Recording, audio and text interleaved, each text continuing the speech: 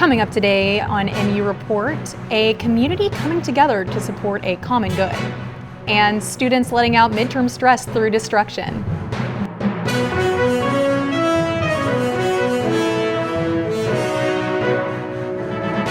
With the top news across the campus of Marshall University in the W. Page Pitt School of Journalism and Mass Communications, JMC TV presents MU Report. Good afternoon, everyone. I'm Abby A's. And I'm Riley Burnett. Thank you for joining us. Let's take a look at our top story. Life can be pretty hectic in Huntington with work, school, and events. As Soleil Woolard reports, this event was one worth making time for.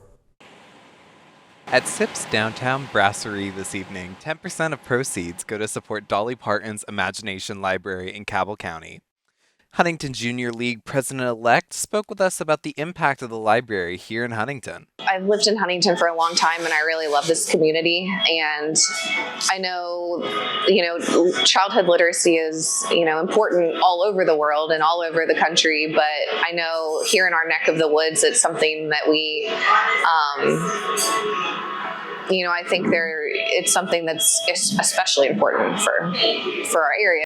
Not only is the Junior League excited about the Imagination Library, but so are Huntington locals such as Tasha Enix. My daughter actually gets Imagination Library Foundation books, so that hits home to us. We grew up in a low-income family as well, so it's really important us to support the literacy and the education of our future. The Dolly Parton Imagination Library was established in 1995.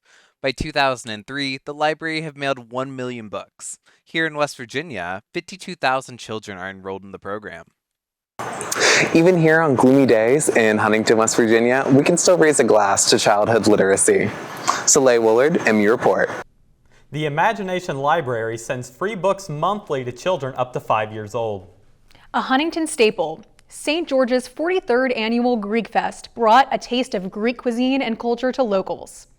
The festival brought in steady crowds throughout the weekend and featured traditional Greek dancing, authentic food, and eager patrons that lined sidewalks around the block. The St. George Greek Orthodox Church has been bringing Greek culture to Huntington for over 4 decades through Greek Fest.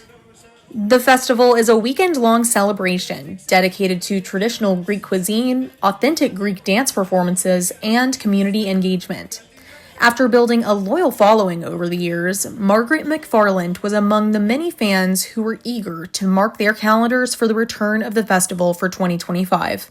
I wouldn't miss Greek Fest. I don't like the lines, but it's not too bad today. The food's delicious. I've been coming for many, many years. So we're working on our fence outside today, and this gives us a break to get away from it. McFarland says that she looks forward to the festival every year and that the food is what she looks forward to the most. While the lines were long, Stacy Shepard says that she's excited to be attending Greek Fest for the first time and that she came specifically for the Euros. This is actually my very first time ever coming to Greek Fest, and I don't know why. It's a beautiful day. Greek food is my favorite food, but it's really a lot of fun. There's a lot of people here. The dancing was great. I'm in line now for my very first Euro, so I'm excited. Community members were not shy to share their excitement for the festival's anticipated return. Church members and festival volunteers like Lambros Savingos expressed their gratitude for Huntington's continued support and loyalty over the years. It has been an awesome day. Beautiful weather. Line's been down the block all day. It's just an opportunity for us to share our culture and a little bit of our faith and our food and what makes us happy. Savingo says that he looks forward to volunteering with Greek Fest every year and that it's a great way to spread their missions and values. This is pretty standard. Not surprised at all. We're definitely blessed to be able to, get a lot of community engagement, and people come out and support us every year, and it's definitely awesome. While Greek Fest may be over this year, the festival plans to return to the Huntington community for years to come. To stay up to date on their future events and offerings, visit stgeorgehwv.org or follow them on Facebook at facebook.com/St. George Huntington. For MU Report, You can keep up with St. George's plans for future Greek Fest and more through their social media and website. What's on the menu for college students trying to balance classes, work, and their budget? As Brooke Rood reports, students have multiple options for dining on campus. When students are choosing where to attend university, their stomachs have a say. To many students here at Marshall University, the food options on campus matter. At the heart of campus, the Memorial Student Center acts as a hub for all things food. Here, students can enjoy fast food, pre-wrapped sandwiches, Italian cuisine, buffet food with a homemade feel, and even an ice-cold coffee when they crave that caffeine fix. I mean, if you're going to like Harless, I would say it's like in the middle of being like, obviously it's nutritious, but on the taste side, it's not really there. But obviously if you're going to a franchise like you are in the Student Center, it's going to taste just like the franchise. In regards to diet and location, many students find the dining options inaccessible, with long lines and wait times. While Marshall doesn't have the biggest campus, the layout makes it hard for certain students to squeeze in meals when they have a packed class schedule. Maybe just more dining facilities in different places, like over at the engineering buildings, so people don't have to walk across the street or travel as far to eat. If they can do it at the towers, I feel like they can do it there too. No matter what, Marshall University has an option to satisfy your cravings. Reporting for MU Report, I'm Brooke Rood. As Marshall's campus expands, we will see if new dining locations will be included. While students have many options to eat on campus, they may not be the healthiest. Tally Mamula has the best ways students practice balanced eating. Between classes, jobs, and late-night study sessions, eating healthy can be a challenge for college students. Junior Sage Sigdale says he's finding ways to stay on track. You know, I just think healthy eating just means a healthy lifestyle. If I'm eating healthy, then I'm motivated to do other stuff like schoolwork and stuff like that. Sophomore Riley Hicks says it's all about making small choices and keeping balance, like swapping junk food for healthy snacks. As a college student, eating healthy means getting my plate balanced, so eating lots of fruits and veggies as well as enough carbs to keep me through the day, and proteins is a big hit, especially from walking from to class, and like after class I go for little walks and runs. Others admit it isn't always easy on Marshall's campus. Time, money, and food options can make healthy choices difficult. I don't think there's a lot of nutrition in the student center specifically. I don't think there's any greens besides the salads from Law Fam and the meal to go place, Simply to Go. Students say the key to eating healthy on campus is balance, finding creative ways to mix convenience with better choices. Last year when I lived on campus, my biggest piece of advice would be to have healthy snacks that I'll go to. I would just take these place to place with me. We'd be going out the door and I'd be like, let me grab an apple or let me grab a bar, like a protein bar of some sort. From the Student Center to off-campus meal prep, students are making the most of what's available to them at Marshall University. For MU Report, I'm Tally Mamula. Healthy eating can also be practiced at other spots on campus, including Harless Dining Hall and the Market in Towers. Funkfest returned to Huntington for the 9th year this weekend. The Funk came to Ritter Park Amphitheater, with the festival spanning 2 days for the first time. The festival included performances from headliners Sneezy and Jocelyn in the Sweet Compression, as well as artists like Mamba Beats and Jeremy Short. Music was not all the festival had to offer, though. There were local vendors such as the Red Caboose and Appalachia Hooked, as well as Fireflow and visual artists. Fire artist Annie Wolf says she feels closer to people while performing. I've always felt like performing was the purest form of communication with human beings, and I always have been kind of socially awkward and pretty anxious, so it felt like a way for me to connect with people on a genuine level. Organizer Perry Casto was already getting the crowd excited for Funkfest 10 following the weekend's last performance. It's a problem students face every semester: parking. Marshall student enrollment has increased, which is making the problem clearer. As Tariq Montgomery reports, students have mixed feelings on the issue and how it can be addressed. Over the past couple of years, for students at Marshall University, parking has been an issue for students trying to get from place to place on campus. These issues have caused students an added layer of stress in their day-to-day lives. I feel like there's not enough parking here on campus. I feel like I'm always driving around looking for a spot somewhere, and there's usually never a spot. I live in Commons, and I'm always trying to park across from there. It seems like there's never really a decent spot open. And then you try to park on the road, and the road's usually busy too. And then I have to end up parking like a 5-minute walk just so I can go to my dorm. Students have had to become creative in trying to find parking around the campus area. Some not as legal as others. I think it's hard because we got so many students that choose to drive here.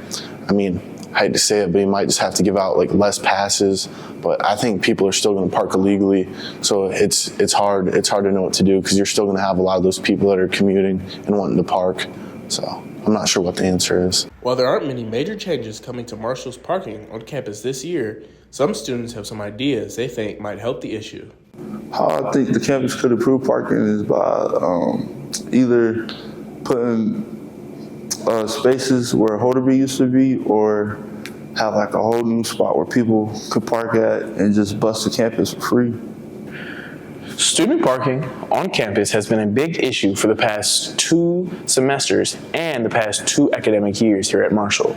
Students are frustrated, and it will be up to the university to figure out what to do next. Tariq Montgomery, MU Report. The Bursar's office gives out limited numbers of parking passes each semester, and students who miss getting one have to find other options. Fall sports are in full swing, including swim and dive, who held its annual inter-team green and white meet ahead of the season. As Wade Sullivan reports, the athletes say competition came in second, while team building won the gold. As the new season kicks off for the Marshall University swim and dive team, knowing your teammates well and having good chemistry is important. Diving coach Megan Griswold says the Green and White Week is a great opportunity to build this chemistry for the team. I would say, team building, it just is a lot of fun, just the competition with rivalry. We've got, every day of the week, we have a different game that we do and something just fun to get the energy flowing for the meet. So it's really important. With athletes from all over the country and even the world on the team, all involved say getting to know your teammates helps lead the way to a happy season. Sophomore divers Allie Humbert and Pari Sarana agree that this week has been great to get to know each other better. We've been doing a lot of team building activities. We made these posters for the green and white team. And I think we just had a lot of fair competition and competitiveness among each other. Yeah, I would say Ultimate Frisbee really gets our competitive spirit going for today.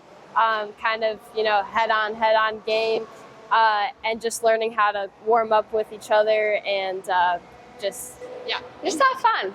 While the week is primarily dedicated to team building and bonding, it is still competitive, with the white team barely eking out the win this year. As any athlete will tell you, friendly competition is one of the great cornerstones of team building, and the Green and White meet is just that. As the Mountaineers from West Virginia University travel to Huntington in October, the Marshall University swim and dive team sees this meet as a great tune-up. Wade Sullivan, MU Report. The swim and dive team have 3 home meets this season, including one against WVU.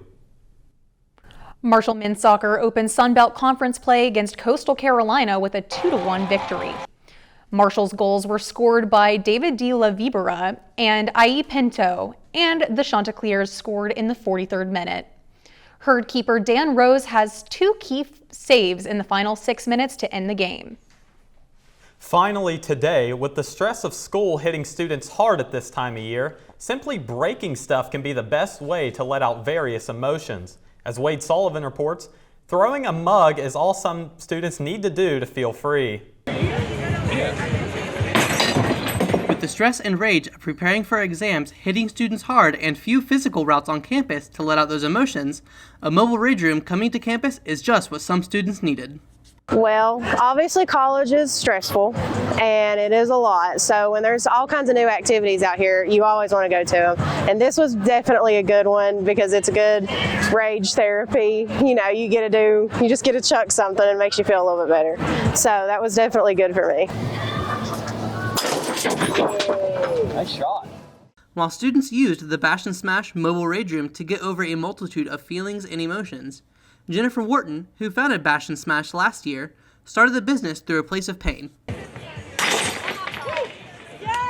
It started in 2024, about 10 days after my brother died. I was at the lowest that I've probably ever been. So I looked at my husband one day and said, I want to start a rage room. And he's like, okay. I don't think he thought I was serious until he comes home and sees me like on the West Virginia business, the state of West Virginia business page, applying for a license. While you may not be able to see it on every mug, students could choose to write what is bothering them the most in the moment, and they could let all of that emotion out as it shattered on the concrete.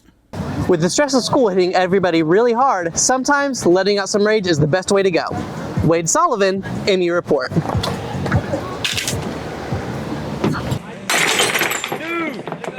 Exactly what I wanted. You can check out Bash and Smash social media to find out where you can let out some mobile rage.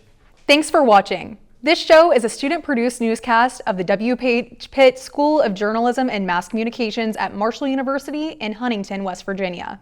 Tune in next week on JMC TV for the latest in Marshall news, sports, and weather. And make sure to follow us on Instagram at JMC_TV so you don't miss anything. I'm Riley Burnett. And I'm Abby A's. Have a great week, Marshall.